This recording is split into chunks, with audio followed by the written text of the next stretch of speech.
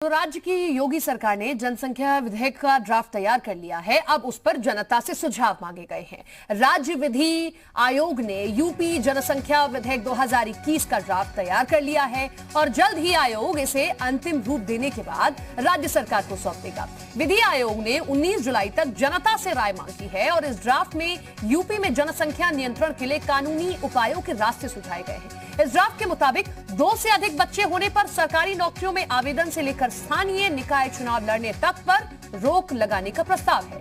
विधि आयोग ने बाकायदा इसका ड्राफ्ट सरकारी वेबसाइट पर अपलोड कर दिया है। यह ड्राफ्ट ऐसे समय में पेश किया गया है जब 11 जुलाई को योगी सरकार नई जनसंख्या नीति जारी करने जा रही है। अगर ये लागू हुआ तो 1 साल के भीतर सभी सरकारी अधिकारियों, कर्मचारियों, स्थानीय निकाय में चुने जनप्रतिनिधियों को शपथ पत्र देना होगा।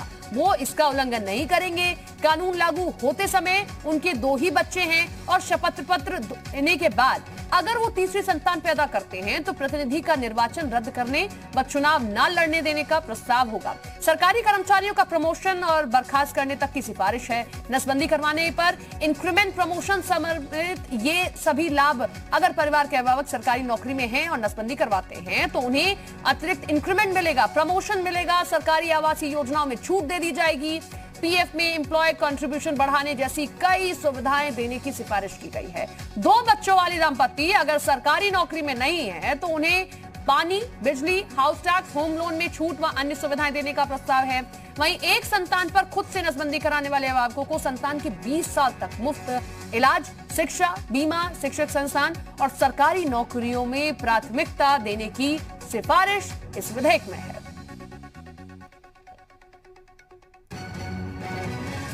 हमारे साथ राज्य विधि आयोग के अध्यक्ष हैं, उनसे बात करते हैं। सर, क्या कुछ ड्राफ्ट में चीज़ें रखी गई हैं, किस तरह का प्रोत्साहन किया गया, क्योंकि ड्राफ्ट में इस तरह की चीज़ें जो है शामिल की गई?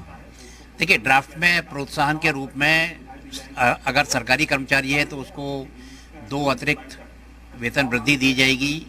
सरकार से आसान किस्तों पर लोन मिल सकेगा। सरकार की जो योजनाएं हैं, विकास प्राधिकरण के जो फ्लैट और प्लॉट वगैरह हैं उनमें वरीयता दी जाएगी। उनके बच्चों को स्कूलों में एडमिशन में वरीयता दी जाएगी। और अगर कोई बीपीएल परिवार वाला व्यक्ति 1 बच्चे के बाद नसबंदी करा लेता है तो उसको 1 लाख रुपया एकमुश्त दिए जाने का प्राविधान है। और उस बीपीएल वाले परिवार की पूरी शिक्षा का पूरा दायित्व ग्रेजुएशन तक राज्य सरकार का होगा। और इसके अलावा हमने इसमें एक स्टेट पॉपुलेशन फंड बनाए जाने की भी संस्तुति की है और इसमें ये भी व्यवस्था की है कि कुछ लोग जो अगर इस नीति का पालन नहीं करते हैं तो उनको चुनाव लड़ने से भी रोक दिया जाए। जहाँ तक डिसइंसेंटिव्स का सवाल है, डिसइंसेंटिव्स में हमारा विचार ये है कि जो राज्य की कल्याणकारी योजनाएं हैं, जैसे फ्री आवास है या फ्री मकान है या फ्री बिजली है, बहुत सी चीज़ें हैं, उनको लाभ न दिया जाए। उनका ऐसे परिवारों का जो राशन कार्ड है वो 4 यूनिट तक उसको सीमित कर दिया जाए। और इसमें ये भी व्यवस्था है कि व्यक्ति अगर स्वेच्छा से नसबंदी करा लेता है तो उसको ये लाभ दिया जाए। सर, ये जनसंख्या ड्राफ्ट तब बनकर के तैयार हुआ है जबकि कल सरकार जो है जनसंख्या नीति लागू करने जा रही है। एक वर्ग विशेष का सीधे तौर पर विरोध कर रहा है, तो क्लियर कर दिए कि ड्राफ्ट आखिरकार किन लोगों के लिए है, कहाँ लागू होगा, क्योंकि इसको लेकर बड़ा कंफ्यूजन है। खासतौर से एक वर्ग विशेष इस पर सवाल खड़े कर रहा है। देखिए, एक पुराना गाना है कि कुछ तो लोग कहेंगे, लोगों का काम है कहना। मैं ये स्पष्ट कर देना चाहता हूँ कि हमारा जो ड्राफ्ट है और हमारा जो काम है पिछले 1.5 महीने से चल रहा है इस विषय पर। और ऐसा कुछ भी नहीं है कि हम आने वाले इलेक्शन को लेकर के इसकी तैयारी कर रहे हैं, बिल्कुल नहीं।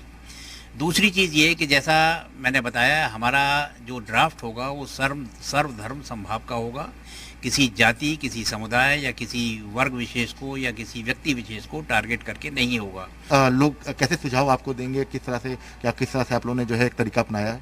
हमने अपने आयोग की वेबसाइट पर इसको अपलोड कर दिया है और वेबसाइट पर अपलोड करके या तो वो वेबसाइट पर ही हमको सुझाव दे सकते हैं या हमको ईमेल से सुझाव दे सकते हैं या किसी लिखित रूप में हमको सुझाव दे सकते हैं या फ़ोन पर भी अपने सुझाव दे सकते हैं।